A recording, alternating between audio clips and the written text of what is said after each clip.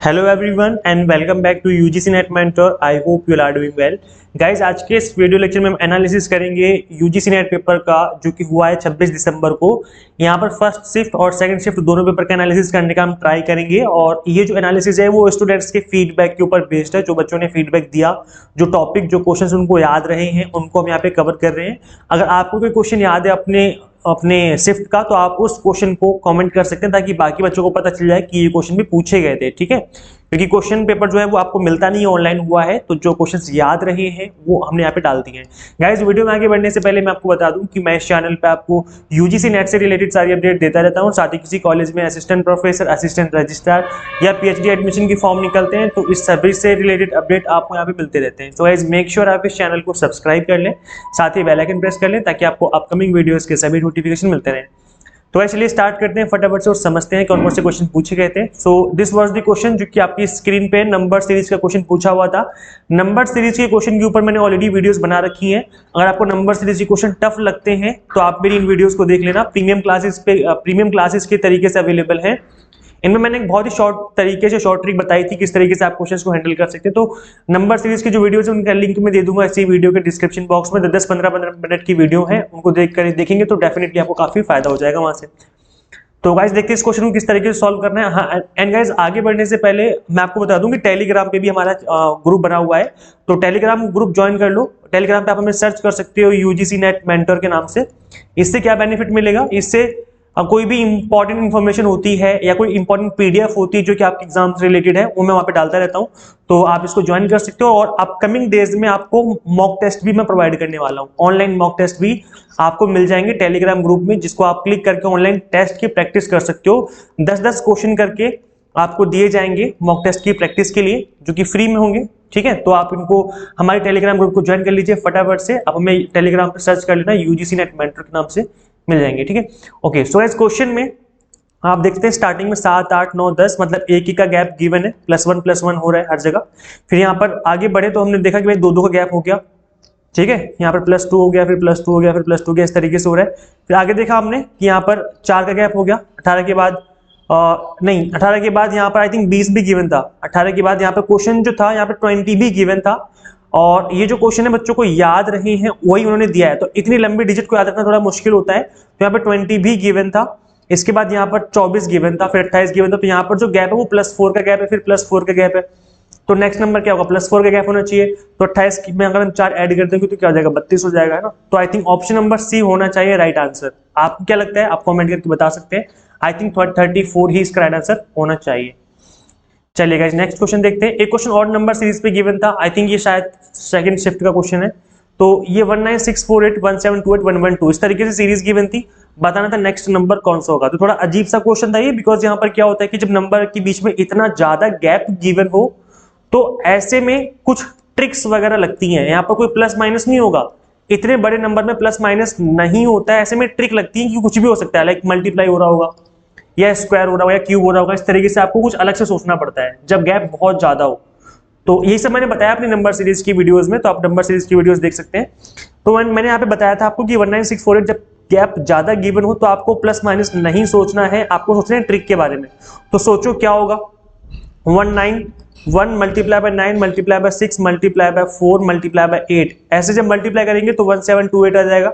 और आप इसको ऐसे भी सोच सकते हो कि 1 +9 +6 +4 +8, इस तरीके से भी सोच सकते हो। अगर वो नेक्स्ट नंबर बना रहा है, इसका मतलब सही सोच रहे हो। तो प्लस करने पे नेक्स्ट नंबर नहीं बनेगा, मल्टीप्लाई करने पे ही बनेगा। मैं आपको सोचना बता रहा हूं कि सोचना कैसे। तो आप ऐसे कर सकते हो, क्योंकि एग्जाम में कुछ भी कहीं से भी पूछा जा सकता है। मतलब कोई भी ट्रिक लग सकती है, कोई जरूरी नहीं कि आप मल्टीप्लाई करके ही निकालो या फिर प्लस करके निकालो या स्क्वायर करके निकालो। अलग अलग तरह की ट्रिक लगती है क्वेश्चन में।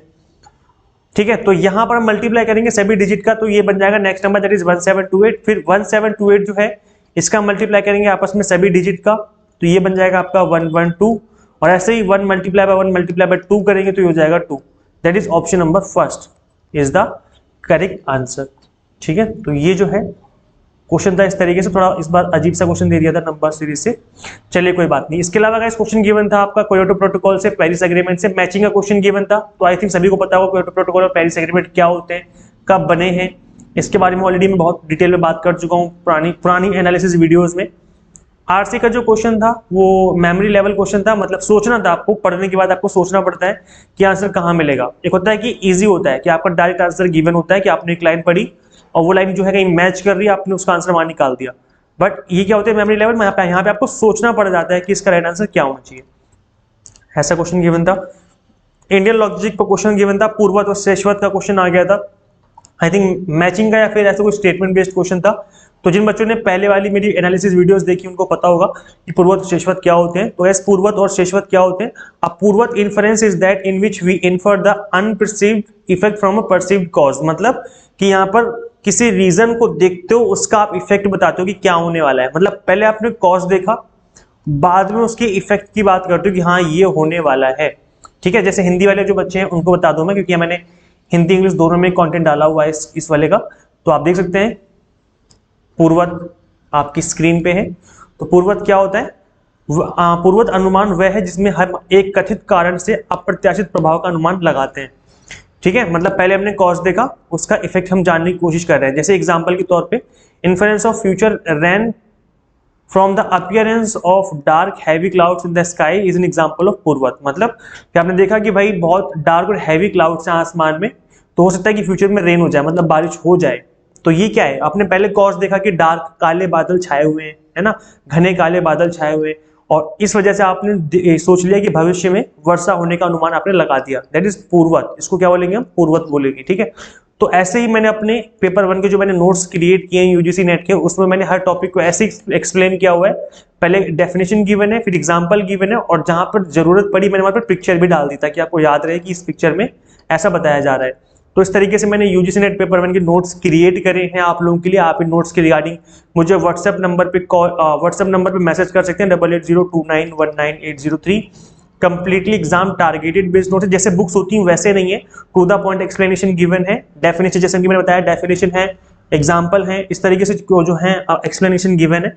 तो पेपर 1 के लिए आप नोट्स अवेल कर सकते हो, यहाँ पे मैसेज करेंगे इस नंबर पे तो मैं आपको डिटेल शेयर कर दूंगा, साथ ही डेमो नोट्स भी शेयर कर दूंगा। And notes available only in hard copy format, soft copy नहीं है पेपर 1 की। तो अगर आप सॉफ्ट कॉपी चाहते हो तो मैसेज मत करना। Hard copy available, that I will post on your home address, मैं आपके घर पे स्पीड पोस्ट करूंगा, तो अब आपके घर पे 3 से 4 दिन में आ जाएगा। तो अगर आप नोट्स चाहते हैं तो आप इन नोट्स को अवेल कर सकते हैं। 2022 के लिए जो है ये नोट्स ऑलरेडी रेडी मैंने कर दिए हैं, कंप्लीटली अपडेटेड नोट्स अवेलेबल है नेक्स्ट अटेम्प्ट के लिए। तो गाइस ये था आपका पूर्वत। अब हम बात कर लेते हैं शेषवत की। शेषवत क्या है? That is sheshavat. यहाँ पे देख सकते हैं शेषवत क्या है? A inference is that in which we infer the unperceived cause from a perceived effect. मतलब पहले आपने इफेक्ट देख लिया और उसका आपने यहाँ पर बाद में आपने कॉज की बात करी है। पहले क्या था कि आपने कॉज देखा, बाद में इफेक्ट की बात करी, यहाँ पे आपने इफेक्ट देखा, बाद में कॉज की बात करते हैं। जैसे जिसमें हम एक कथित प्रभाव से अप्रत्याशित कारण का अनुमान लगाते हैं। पहले प्रभाव हो गया, उसके बाद हम कारण देख रहे हैं। जैसे हमने देखा कि पिछली बारिश के अनुमान से नदी की तेज गंदी धारा बह रही है। हमने देखा कि भाई जो पास्ट में रेन हुई है, ठीक है, हम इसका अंदाजा लगा सकते हैं Swift muddy current of the river. नदी में गंदा पानी बह रहा है, मडी मतलब मिट्टी वाला पानी बह रहा है, या फिर घर के बाहर कीचड़ फैला हुआ है आपके, तो उसका मतलब आप अंदाजा लगा सकते हो कि अगर गलियों में कीचड़ फैला हुआ है तो इसका मतलब बारिश हुई होगी। तो पास्ट में रेन हुई है तो उसको बोलते हैं, इसको क्या बोलेंगे हम? इसको बोलेंगे शेषवत। ठीक है, क्या बोला जाएगा इसको बोला जाएगा शेषवत। आई होप जो चीजें आप लोगों को क्लियर हो गई हैं। आगे बढ़ते हैं। फॉलिसिस पे क्वेश्चन पूछा था यार, मैं फॉलिसिस पे वीडियो अभी तक लेके नहीं आ पाया, मैं थोड़ा सा बिजी था अपने कॉलेज वर्क में, मैं टाइम से वीडियो नहीं डाल पाया इसकी, so sorry for that. But upcoming days में आपको फॉलिसिस पे डेफिनेटली वीडियो मिल जाएगी। डेटा इंटरप्रिटेशन जो है इसमें परसेंटेज एंड रेशियो के ऊपर बेस्ड क्वेश्चन था। तो डेटा इंटरप्रिटेशन पे ऑलरेडी मैंने वीडियोस बना दी हैं। अगर आपको डीआई टफ लगता है तो आप मेरी वीडियोस देख लो। गारंटी देता हूं कि आपको जो क्लास है वो देखने के बाद इजी ना लगे, अगर इजी ना लगे तो मेरे चैनल को देखना छोड़ देना। मैं गारंटी देता हूं, मेरी 2 वीडियो देख लो डीआई की, उसके बाद आपको ऐसा लगेगा जैसे तो खेल है। डेटा इंटरप्रिटेशन से इजी तो कोई टॉपिक ही नहीं हो सकता। उसमें मैंने परसेंटेज रेशियो निकालने की ट्रिक्स भी बताई हुई कि इस तरीके से आप परसेंटेज रेशियो निकाल सकते हो। तो डीआई की वीडियोस का लिंक मैं दे दूंगा, वो प्रीमियम क्लासेस का ही पार्ट है, मैं प्रीमियम क्लासेस का लिंक दे दूंगा। प्रीमियम क्लासेस आप फॉलो कर लेना, इनफ हो जाएगा। मतलब कॉन्सेप्ट की जो है वो क्लैरिटी हो जाएगी आपको किस तरीके से मैं हैंडल करने होते हैं क्वेश्चंस को। तो लिस्ट आपको मिल जाएगी।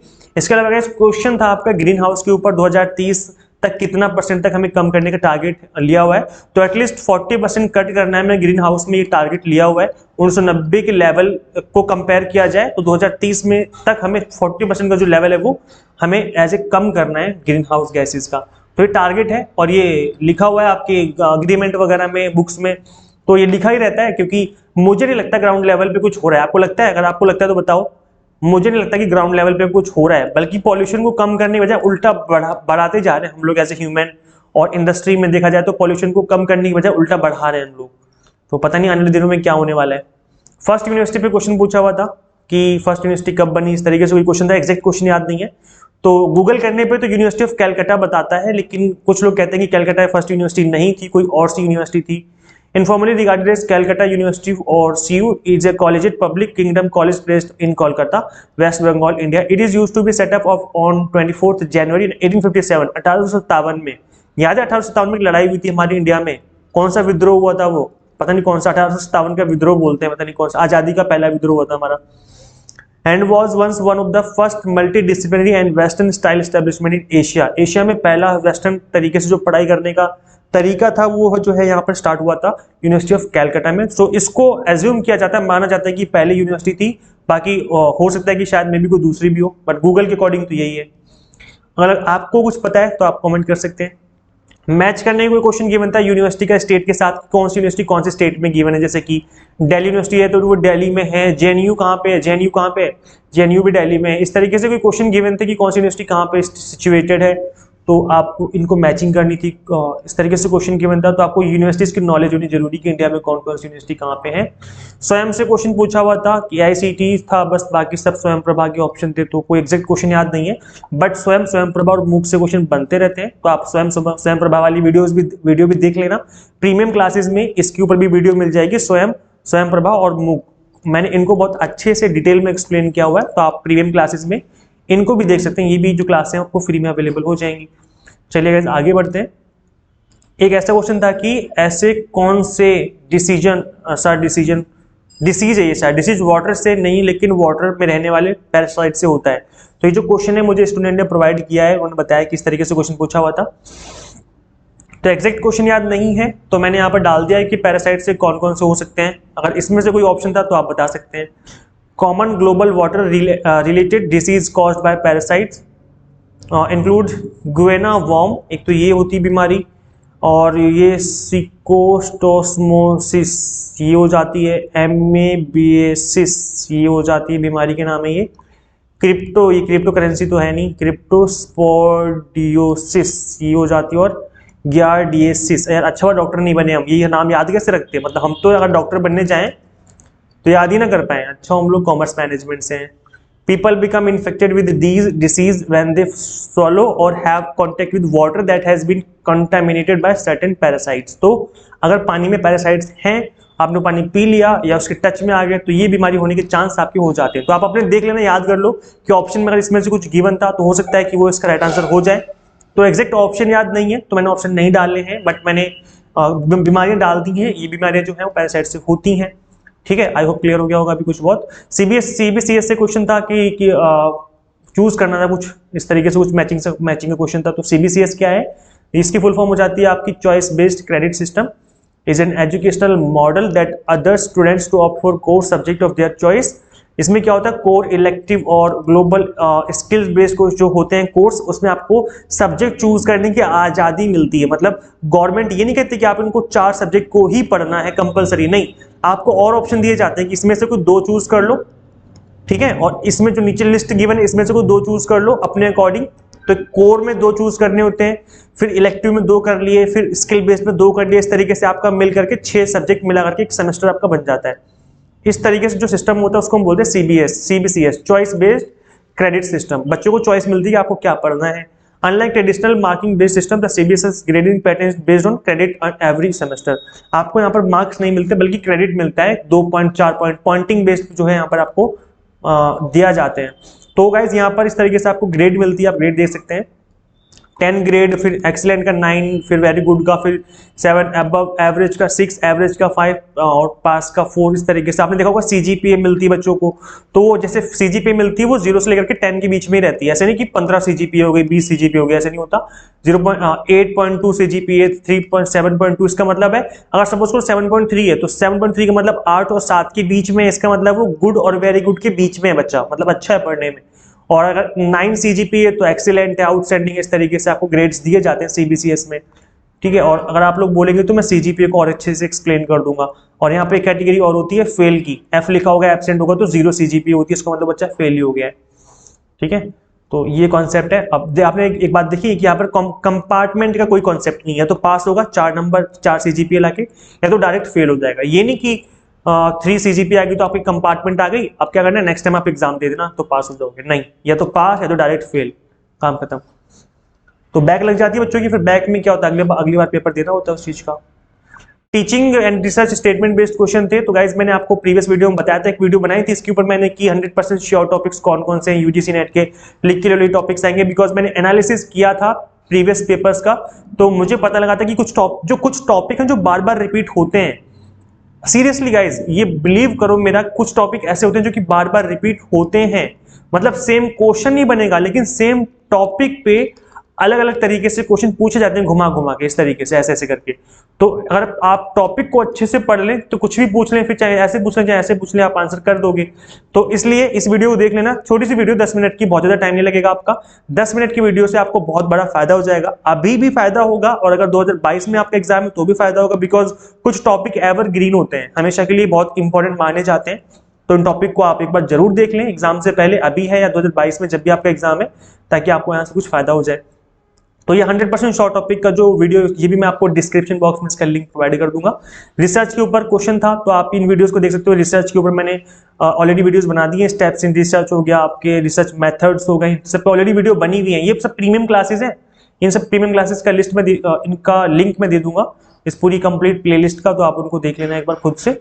और इसके अलावा इंडियन लॉजिक मैंने कवर करवा दिया है, एमसीक्यूज की प्रैक्टिस भी करवा दी है मैंने, ये सब प्रीमियम क्लासेस के अंदर ही आपको मिल जाएंगी। तो कंप्लीट प्ले लिस्ट जो है उसका लिंक आपको डिस्क्रिप्शन बॉक्स में ढूंढने में मिल जाएगा। So guys thank you for watching this class, और अगर अच्छा लगा हो तो प्लीज लाइक कमेंट तो आप लोग कर ही देते हो, शेयर भी कर दिया करो यार, आप लोग शेयर नहीं करते, बस मुझे आपसे ना इस बात से ही थोड़ा सा नाराजगी है आप लोगों से कि आप लोग शेयर नहीं करते। गाइज आप लोग देख लेते हो, अगर कोई आपके लिए इतने एफर्ट कर रहा है तो आप उसको देख के लाइक भी कर देते हो, दैट इज ओके, अच्छी बात है, लाइक करना कर देते हो आप लोग, मुझे पता है, बट आप लोग शेयर नहीं करते यार, ये गलत बात है। आप लोग प्लीज शेयर कर दिया करो, जो भी आपके फ्रेंड्स हैं, जो भी आपके ग्रुप हैं, तो उनमें शेयर कर दो। शेयर करने में कितना टाइम लगता है, 10 सेकंड लगेंगे मैक्सिमम, हार्डली 10 सेकंड लगेंगे। तो प्लीज यार शेयर कर दिया करो, इससे एज ए टीचर हम लोगों को मोटिवेशन मिलती है आप लोगों के लिए अच्छा से अच्छा कंटेंट क्रिएट करने में। जितने ज्यादा व्यूज होते हैं ना, जितने ज्यादा बच्चे देखते हैं हमारे कंटेंट को, फिर हमें मोटिवेशन मिलती है कि हमें और अच्छा से अच्छा कंटेंट क्रिएट करना है और अच्छी क्वालिटी देनी है, ताकि बच्चे और अच्छे से देखें वीडियोस को। तो ये शेयर करने से मोटिवेशन मिलेगी, तो आप लोग प्लीज शेयर कर देना। और आपको कुछ भी अच्छा लगा हो इसमें तो कमेंट करके बता सकते हैं कि सर अच्छा लगा हमें। सो गाइस इस वीडियो में इतना ही, मिलते हैं नेक्स्ट वीडियो में। Till then keep watching UGC NET mentor, thank you so much.